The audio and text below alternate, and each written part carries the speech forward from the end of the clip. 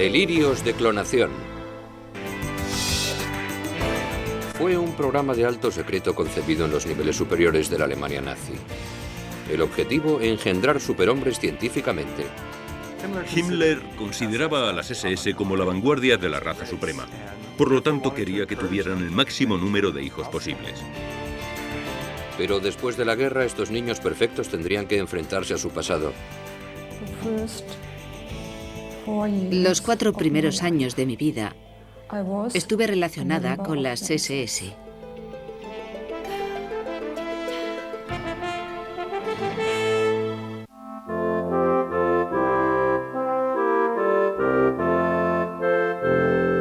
Steinherin, Alemania. A primera vista es un idílico pueblo bávaro no muy lejos de Múnich. Pero para muchos se esconde la llave de un pasado terrible. Sabía que había nacido en Steinherin, que era mi lugar de nacimiento, pero no sabía qué era Steinherin. Con el deseo de permanecer en el anonimato, esta mujer nos pidió que la llamáramos Irene. Una visita casual al ayuntamiento de Steinherin cambió su vida. Me enseñaron el libro donde estaba escrito que nací aquí. Y ahí estaba la palabra, Lebensborn. Entonces sufrí un shock, creo. Dije, ¿qué? ¿Lebensborn yo? Lebensborn. En alemán significa fuente u origen de la vida. Pero para estas mujeres y para otros se esconde un significado mucho más oscuro. Lebensborn es el nombre de un programa clandestino de los nazis cuya misión era almacenar los hijos presuntamente puros de la raza suprema. Era la creación de Heinrich Himmler, jefe de las SS, guardaespaldas y policías de élite de Hitler. El proyecto Lebensborn fue diseñado con el objetivo ideológico de garantizar que toda la sangre potencialmente alemana fuera preservada para el futuro de la raza. Evidentemente, la idea era que los niños nacidos en el programa Lebensborn se convirtieran luego en buenos alemanes sanos y productivos, y en muchos casos, en miembros de las SS. Para los nazis, buenos alemanes solo significaba una cosa: arios. La imagen del perfecto ario, o alemán, o teutón, era alguien alto, rubio y con ojos azules, tal vez basada en los pueblos escandinavos. Cualquiera que mirara a Hitler en esa época podía comprobar que no cumplía los requisitos de un ario. Obviamente no tenía el pelo rubio, no era ningún portento físico y era bajo. Según la mitología, la raza aria estaba basada en varios grupos diferentes, el más superior de los cuales era la versión nórdica de la raza. Pero había otros supuestos grupos raciales. Los nórdicos, mediterráneos y alpinos se mezclaron entre sí con el paso del tiempo, y así explicaban los alemanes que una buena cantidad de ellos tuviera el pelo oscuro e incluso los ojos oscuros, y fueran menudos de estatura. El objetivo de los nazis era eliminar estas subrazas inferiores y alcanzar una raza nórdica pura.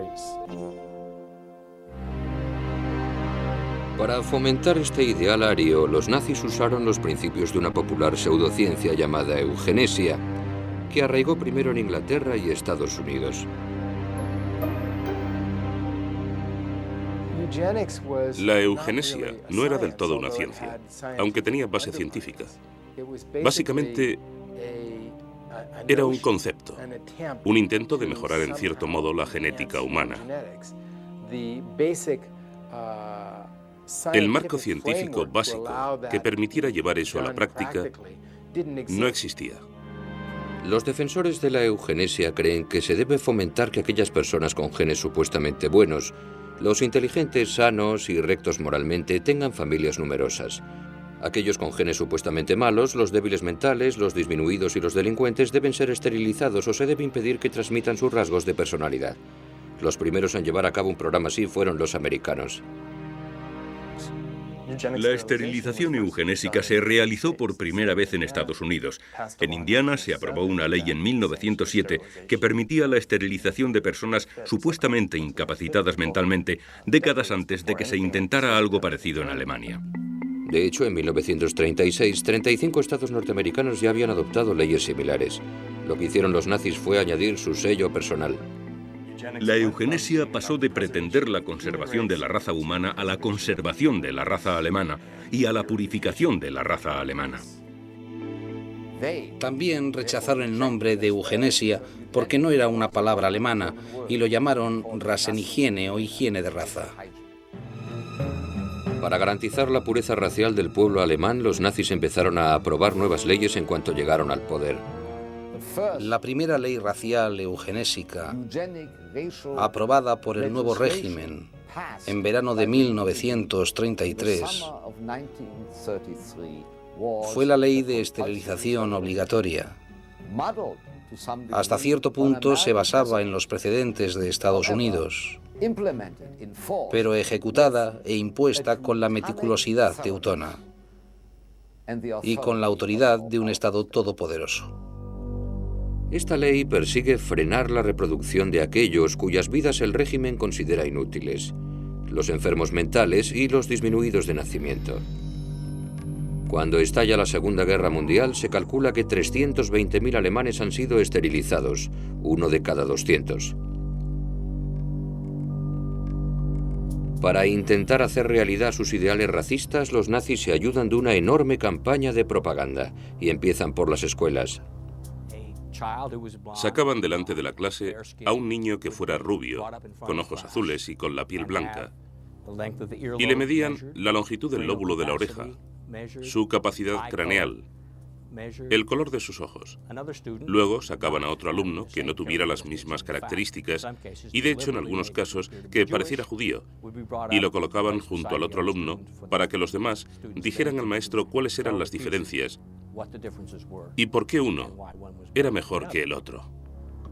Los alemanes fueron bombardeados con propaganda en carteles, revistas y películas. Por todas partes el ario aparece como física y moralmente superior, y donde esa superioridad resulta más evidente es en las SS de Heinrich Himmler. Para pertenecer a las SS, tenías que demostrar que tu linaje ario se remontaba a 1800. Y si querías ser oficial, hasta 1750. Y demostrar que, por ejemplo, no tenías sangre judía en tu árbol genealógico, o que no tenías casos de discapacidad ni de ningún otro tipo de enfermedad congénita en tu historia familiar reciente. Los candidatos a las SS eran objeto de rigurosos exámenes físicos y eran evaluados por expertos raciales nazis. Se creían una élite de hombres puros germánicos, la guardia pretoriana, por así decirlo, del régimen.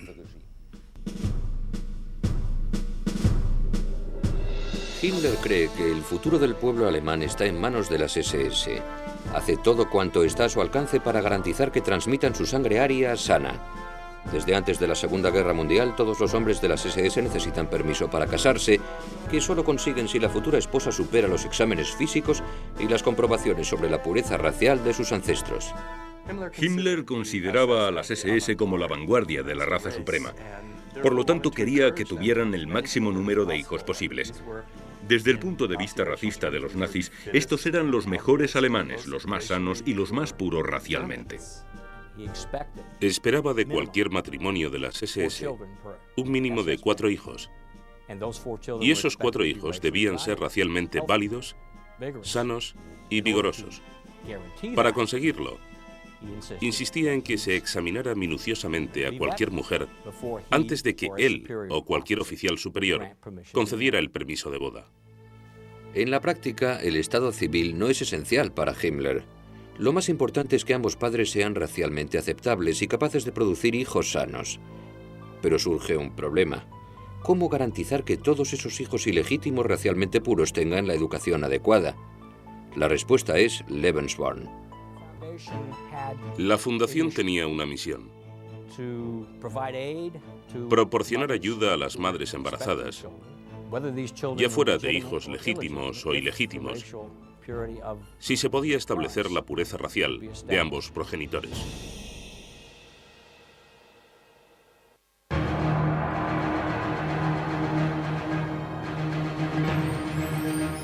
Obsesionado con la idea de crear la raza suprema, Heinrich Himmler, jefe de las SS, crea la Fundación Lebensborn a finales de 1935. Se trata de un experimento secreto de reproducción, un intento de incitar a sus hombres de las SS racialmente válidos a que se reproduzcan con mujeres arias igualmente puras. Cuantos más bebés de buena sangre nacieran para el Reich alemán, más futuros soldados tendría el Reich alemán.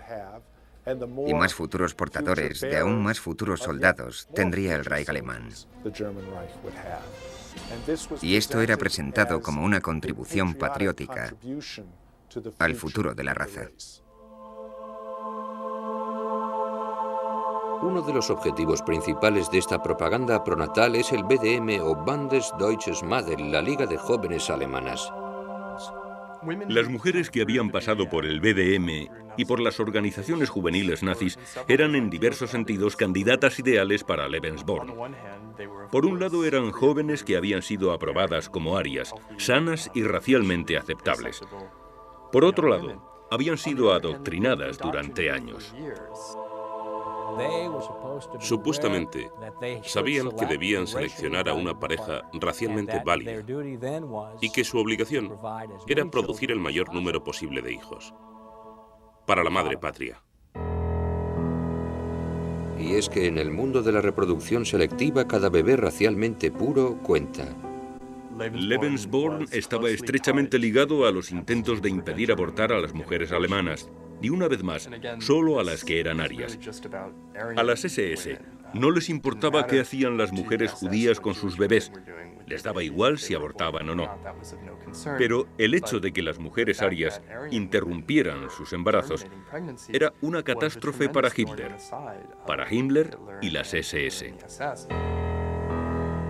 Las residencias Lebensborn eran presentadas como el lugar ideal para tener un hijo.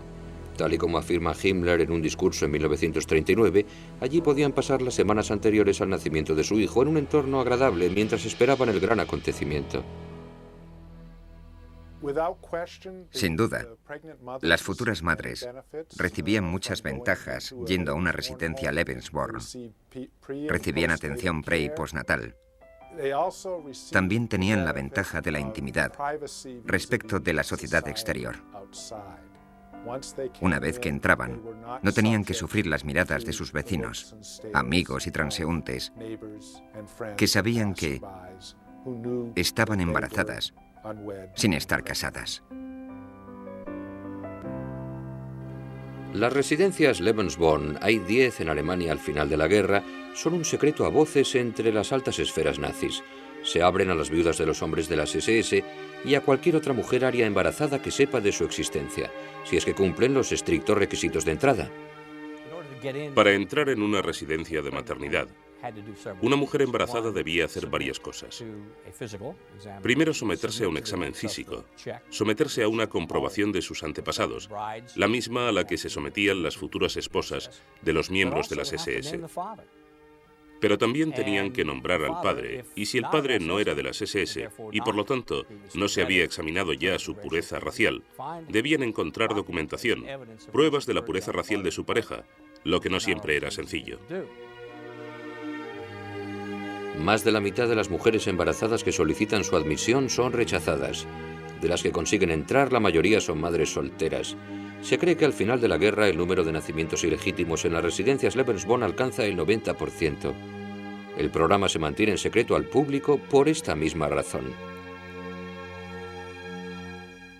Himmler y Hitler llegaron a debatir sobre la confidencialidad del Lebensborn, y su idea era que algún día, cuando terminara la guerra, podrían contar a Alemania lo que estaba ocurriendo y explicar al pueblo lo que había pasado en las residencias Lebensborn.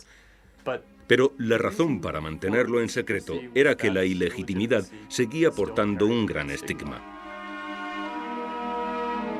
Himmler utiliza su puesto de jefe de la policía alemana para proteger a las que participan en el programa. Como la policía responsable de registrar a los recién nacidos, es fácil falsificar los certificados de nacimiento. Las identidades de los padres de las SS y a veces incluso de las madres se suelen omitir en el documento. También se ocultan los lugares de nacimiento. Años más tarde, cuando los niños de Lebensborn empiezan a rastrear su pasado, estos registros incompletos serán su gran obstáculo. Todos los hijos, legítimos o no, nacidos dentro de Lebensborn son técnicamente propiedad de las SS. Incluso hay una solemne ceremonia bautismal que consagra a los niños al servicio de las SS y del Reich. Aunque la mayoría de las mujeres casadas se llevan a sus casas a sus hijos, muchas solteras eligen dejar a los suyos al cuidado de las residencias Lebensborn. La mayoría de los niños nacidos en las residencias no acababan viviendo con sus padres naturales, ni con uno ni con otro. La mayoría de ellos acababa en familias de acogida, y algunos de ellos eran adoptados más tarde.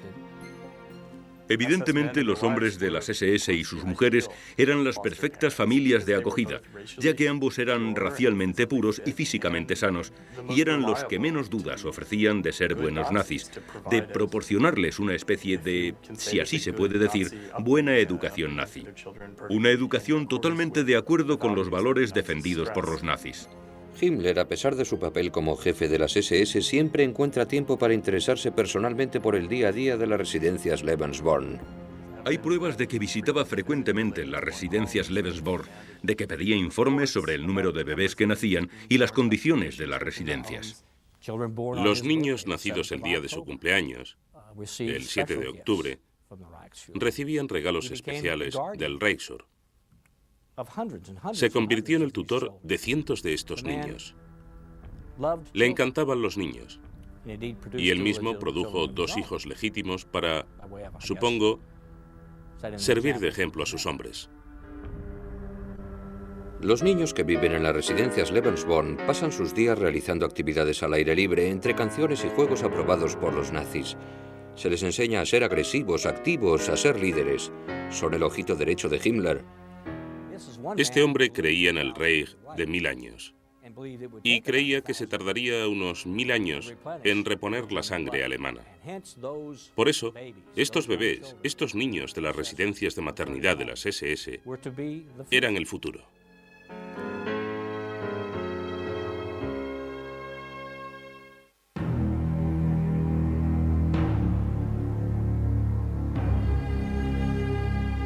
A comienzos de los años 40, el programa Lebensborn es toda una realidad. Sin embargo, parece claro que no se están produciendo los niños suficientes para satisfacer a Heinrich Himmler, jefe de las SS e impulsor de Lebensborn. Detrás de los muros de esta casa de campo y en otras parecidas en toda Alemania, solo nacen 7.500 niños gracias al proyecto. Himmler hizo todo lo posible para incitar a los hombres de las SS. Incluso intentó obligarlos a tener muchos hijos. Debían tener 4 hijos, aunque el promedio resultaba estar más cerca de 1 hijo por cabeza. A pesar de los incentivos económicos para tener hijos y de las multas a aquellos que no los tenían, muchos miembros de las SS recelan del programa. La mayoría de ellos eligió no producir bebés para el Estado. Un programa como Lebensborn conllevaba aprobar los nacimientos ilegítimos, y aquí se contradecían 2 principios nazis. Por un lado, el principio de maximizar el nacimiento de bebés arios sanos, y por otro, proteger los valores más tradicionales como la familia. Los nazis saben muy bien que la opinión pública no aceptaría el programa Lebensborn y deciden mantenerlo en secreto, pero empieza a correr el rumor. ¿Estaban los hombres de las SS actuando de sementales, reproduciéndose como puras sangres? Las residencias Lebensborn no eran criaderos. Las mujeres que iban allí ya estaban embarazadas y lo hacían para dar a luz en un entorno limpio y seguro. Como no había logrado producir suficientes niños en su país, Himmler se centró en los países ocupados por Alemania. En la primavera de 1940, Alemania ha invadido Checoslovaquia, Polonia, Dinamarca, Noruega, Bélgica, Luxemburgo, los Países Bajos y Francia. Himmler ya ha revelado sus planes en un discurso de 1938 en el que afirma: pretendo conseguir sangre alemana de cualquier lugar del mundo, robarla y recuperarla de donde pueda. Aunque los nazis intentan crear residencias Lebensborn en muchos de los países ocupados, encuentran mucha resistencia. En Francia, por ejemplo, las mujeres embarazadas de alemanes descubrieron que si iban a estas residencias podían salir de allí sin sus hijos, así que se resistieron todo lo que pudieron. De hecho, muchas consiguieron eludir a las autoridades del programa Lebensborn. Pero en marcado contraste con los demás países ocupados está Noruega. El gobierno del primer ministro Vidkun Quisling colabora con los nazis que crean en el país 9 residencias Lebensborn, solo una menos que en la propia Alemania.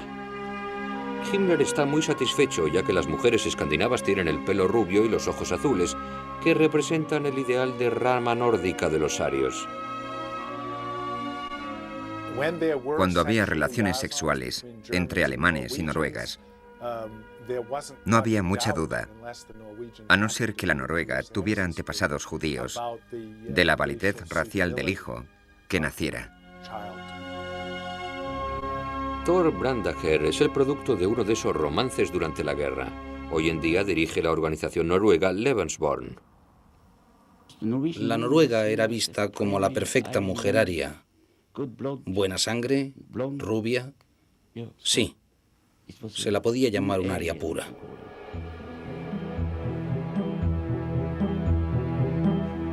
Dándose cuenta de que tienen ante sí una mina de oro racialmente deseable, los nazis no escatiman esfuerzos. Todo lo que ofrecía el Estado alemán, comida, doctores, atención médica, todo era excelente. Era un sistema totalmente hospitalario dentro del sistema, solo para Lebensborn. Pero hay una trampa. Pueden ir a las residencias y dar a luz de manera anónima. Cuidarán de ellas, pero tienen que firmar un papel que dice que su hijo será entregado al Estado alemán. No te devuelven el hijo después de que nazca. Lo enviaban a Alemania, a familias de acogida, clínicas de maternidad. Pero no había otro remedio, porque ser una chica soltera en la guerra, embarazada de un soldado extranjero, no era fácil. Se calcula que entre 6.000 y 12.000 hijos de los nazis nacen en Noruega. El programa Lebensborn tiene mucho más éxito aquí que en la propia Alemania. En países no tan dispuestos como Noruega, la Fundación Lebensborn elige una estrategia muy diferente. Por ejemplo, en la Polonia ocupada deciden que si no pueden reproducir niños racialmente válidos, los robarán. Los niños polacos se convirtieron en un objetivo del programa Lebensborn para conseguir niños de buena ascendencia racial. En parte porque los alemanes saben muy bien que el este de Polonia, por así decirlo, había sido alguna vez alemán. En las residencias entran los niños que las SS consideran adecuados para la Eindeutschung. La mejor traducción para Eindeutschung podría ser alemanización. Esencialmente, consiste en imbuir a una persona con supuesta sangre alemana de todo lo alemán. Es decir, familiarizar a esa persona con la cultura alemana y con las cosas que debería pensar o sentir teniendo sangre alemana. Himmler confía en que la alemanización será un éxito. En un memorando de 1940 escribe: estamos seguros de que nuestra propia filosofía e ideales se reflejarán en el espíritu de estos niños que se parecen racialmente a nosotros. Las SS aprenden a reconocer los rasgos de los niños con sangre aria y siempre están alerta para no dejar pasar ninguno de estos posibles alemanes. En su función de ocupación y policía, las SS podían entrar en las casas, en las escuelas, en los hospitales y así determinar si allí había algunos niños que parecían alemanes, muy arios, e identificarlos como tales. Se calcula que las SS secuestraron a 200.000 niños polacos. Determinaban su pureza racial y les hacían exámenes psicológicos en la Oficina de Razas y Reasentamiento, o Rusia, en Lutsk. Los niños entre 6 y 12 años son enviados a internados alemanes y a campos de adoctrinamiento similares a los campamentos de las juventudes hitlerianas. Los niños menores de 6 años son enviados a residencias Lebensborn. Obligaban a estos niños a olvidar que eran polacos si eso era posible. Les obligaban a hablar solo alemán, les obligaban a ajustarse a la cultura alemana, a la educación alemana, lo más rigurosamente posible. Y no les hablaban de sus propios orígenes. Al igual que con los niños alemanes en las residencias Lebensborn, las SS falsifican documentos cruciales para los recién llegados.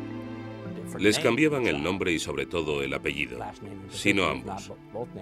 Y en muchos casos, el certificado de nacimiento no reflejaba necesariamente la fecha correcta de nacimiento. Con las pruebas de sus antiguas vidas polacas totalmente eliminadas, los niños son adoptados o colocados en familias de acogida. En muchos casos, los padres alemanes tampoco saben de los orígenes polacos del niño. En un discurso de 1943, Himmler justifica la alemanización de los niños polacos. Creo que es nuestro deber traer a estos niños, aunque tengamos que robarlos o secuestrarlos. O recuperamos esta sangre superior y la usamos, o la tendremos que destruir.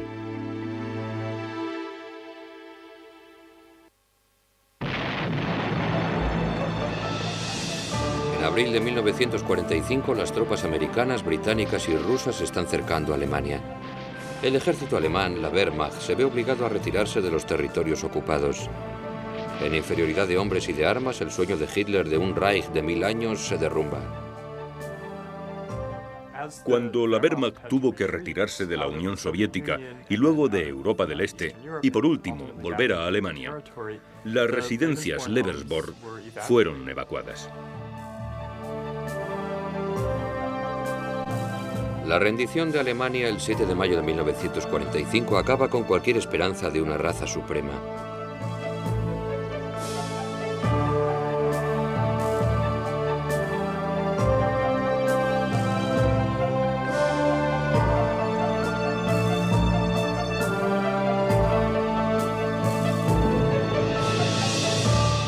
El líder de las SS, Heinrich Himmler, intenta huir de Alemania, pero es capturado por las tropas británicas.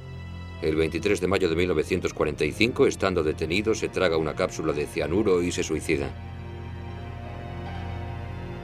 En los últimos días de la guerra se destruyen la mayoría de los documentos sobre Lebensborn y los que quedan son ocultados en archivos de Alemania Occidental y Oriental. Muchos niños no tenían ni idea de que habían nacido en el programa Lebensborn. A menudo descubrían que eran adoptados, pero no sabían nada más sobre su propia ascendencia o las circunstancias de sus propios nacimientos.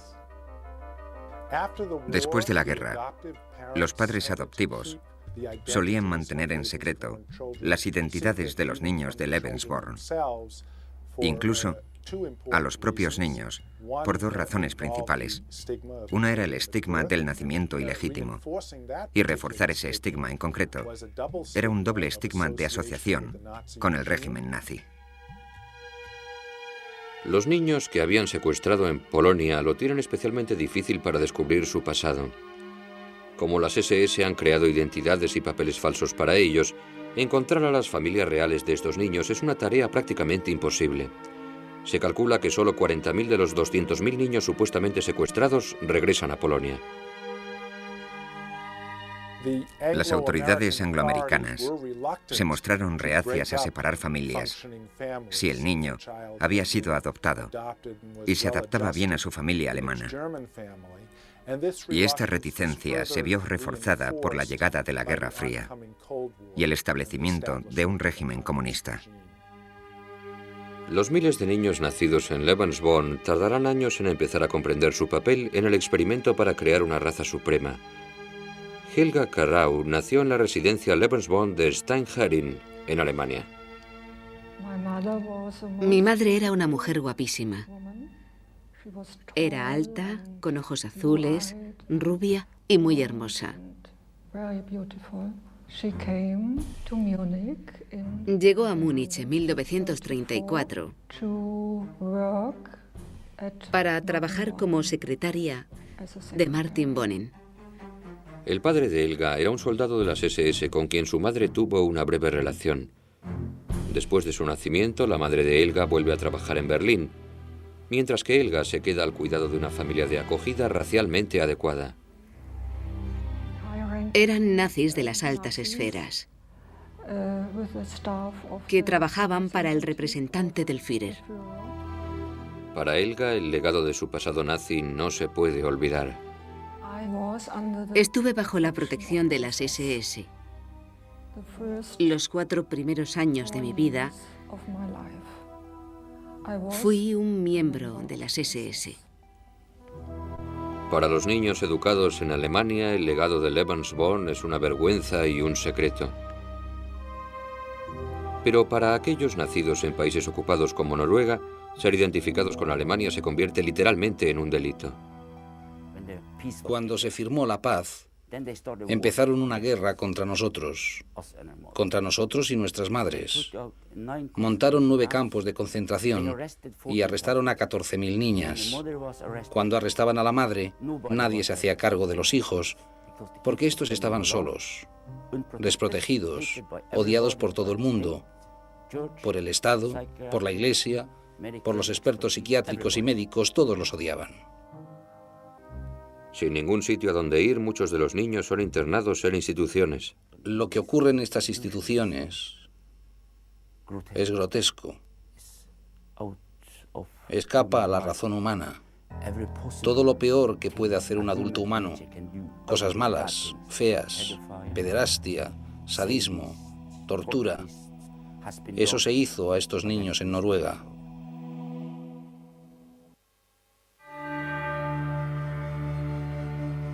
Los hijos adultos del programa Lebensborn noruego siempre han sabido quiénes son.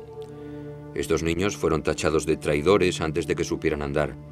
La misma sangre que tanto apreciaba Himmler los ha marcado, y desde entonces han sufrido desprecios, abusos y daños irreparables.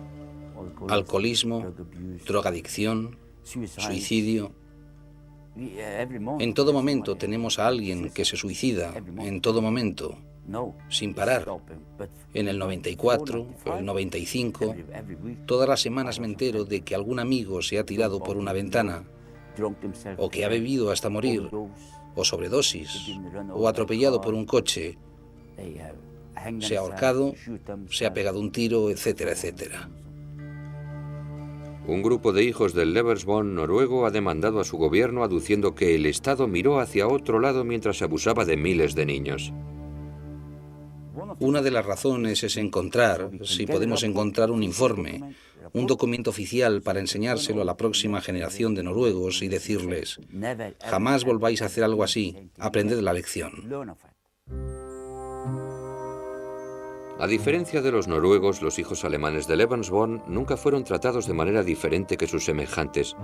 Algunos crecieron en familias de acogida, otros fueron adoptados, otros fueron educados por sus madres naturales, pero en casi todos los casos los niños no tenían ni idea de que eran el producto de un experimento de reproducción de las SS.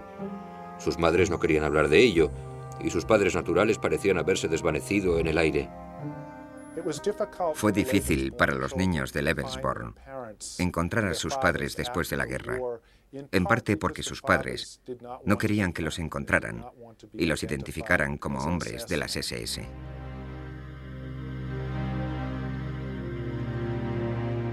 El Tribunal Internacional de Nuremberg declaró a las SS como una organización criminal y sus miembros podrían ser juzgados por su pertenencia a las SS.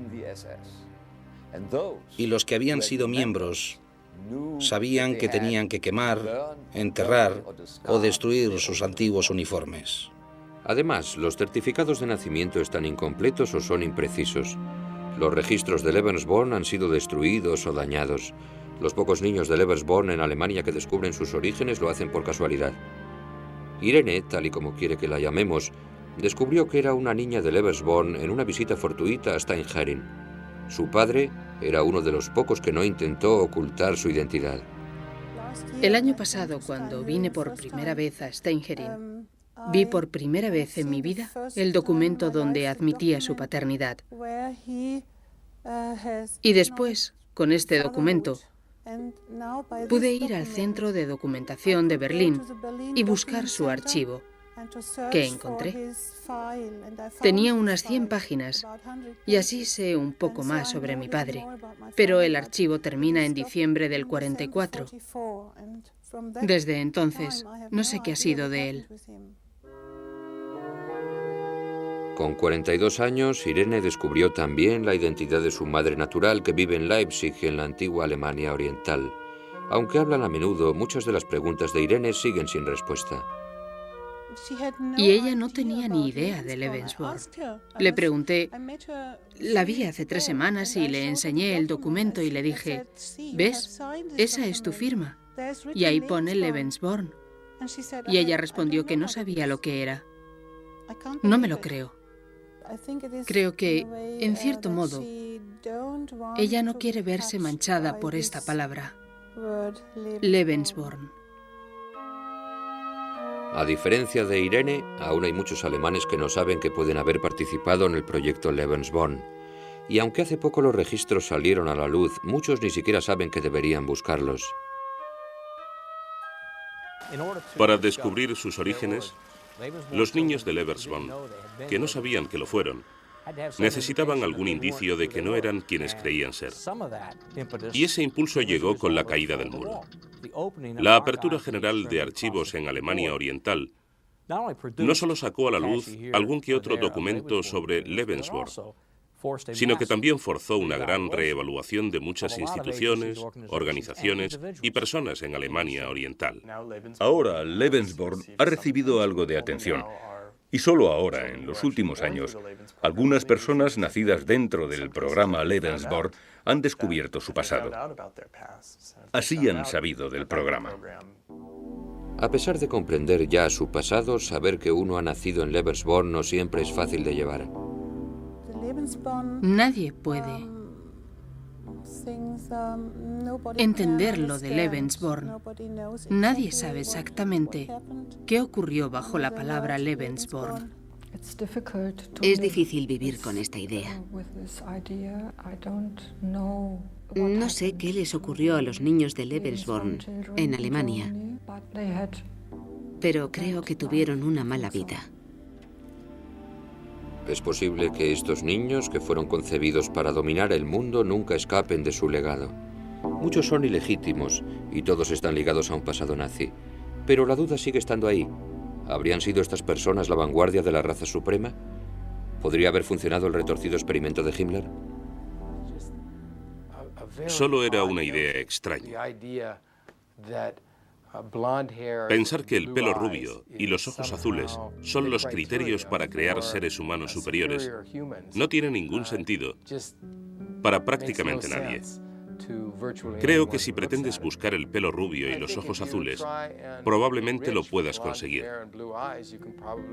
Que si quieres eliminar a todas las personas que no tengan pelo rubio y ojos azules, enriquecerás la población. Es una presión selectiva muy fuerte, pero cuando termines, ¿qué te queda? Con el tiempo suficiente y varias generaciones de padres dispuestas a colaborar, un experimento como Lebensborn podría haber conseguido producir una raza de niños parecidos. Pero no hay ninguna prueba de que sea una ventaja científica tener el pelo rubio y los ojos azules, ni de que una criatura llamada Aria siquiera exista. La raza aria no es en sí misma más que un invento. No hay ninguna separación que defina genéticamente a una persona como aria. Básicamente todos estamos muy cerca de ser idénticos. Todos los seres humanos estamos tan cerca de ser idénticos genéticamente que las diferencias entre individuos son mucho mayores que las diferencias entre grupos étnicos o raciales. Equivocado o no, el plan para crear una raza suprema solo tenía un requisito previo que no se cumplió: la victoria de Alemania en la guerra. ¿Qué diferencia habría en las vidas de los niños de Lebensborn si, tal y como soñaba Himmler, hubieran podido convertirse en los amos del mundo? ¿En una aristocracia racialmente pura? Pero lo cierto es que lo único que les ha legado Lebensborn es vergüenza, dolor y lamentaciones.